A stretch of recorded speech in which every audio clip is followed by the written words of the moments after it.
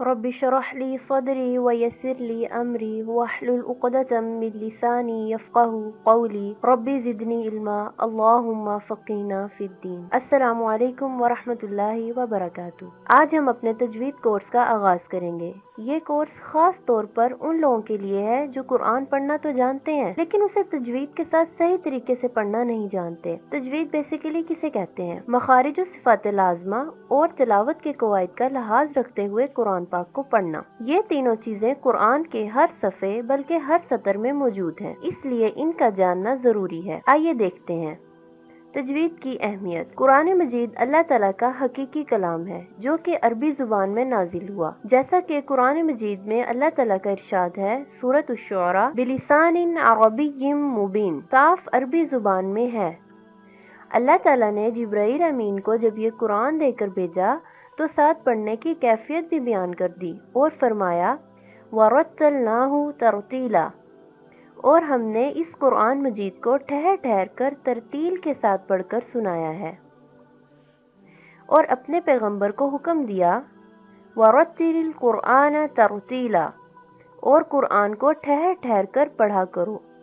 قرآن مجید کا نزول بھی ٹھہر ٹھہر کر تقریباً 23 سال میں مکمل ہوا۔ ترتیل کے ساتھ پڑھنے سے ہی تلاوت کا حق ادا ہوتا ہے۔ اللہ تعالیٰ نے بھی قرآن مجید میں ارشاد فرمایا الذین آتیناہم الکتاب یتلونہ حق تلاوتہ اولئک یؤمنون بہ ومن یکفر بہ فاولئک هم الخاسرون، جنہیں ہم نے کتاب دی ہے وہ جیسی چاہیے اس کی تلاوت کرتے ہیں، وہی اس پر ایمان رکھتے ہیں، اور جو اس کے منکر ہوں تو وہی ضیاءکار یعنی نقصان اٹھانے والے ہیں۔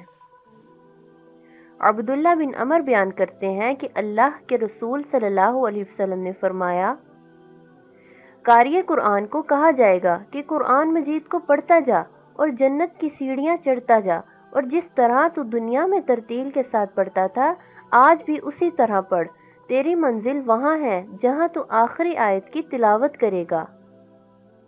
سیدنا عبداللہ بن مسعود رضی اللہ تعالیٰ عنہ بیان کرتے ہیں کہ رسول اللہ صلی اللہ علیہ وسلم نے فرمایا ان اللہ یحب ان یقرأ القرآن کما انزل، بے شک اللہ تعالیٰ پسند فرماتا ہے کہ قرآن کو اسی طرح پڑھا جائے جیسا اسے نازل کیا گیا۔ یہی صحابی عبداللہ بن مسعود حکم دیا کرتے تھے قرآن مجید کو تجوید کے ساتھ پڑھا کرو اور اس کو اچھی آوازوں کے ساتھ مزین کیا کرو۔ جزاکم اللہ خیرا کثیرا۔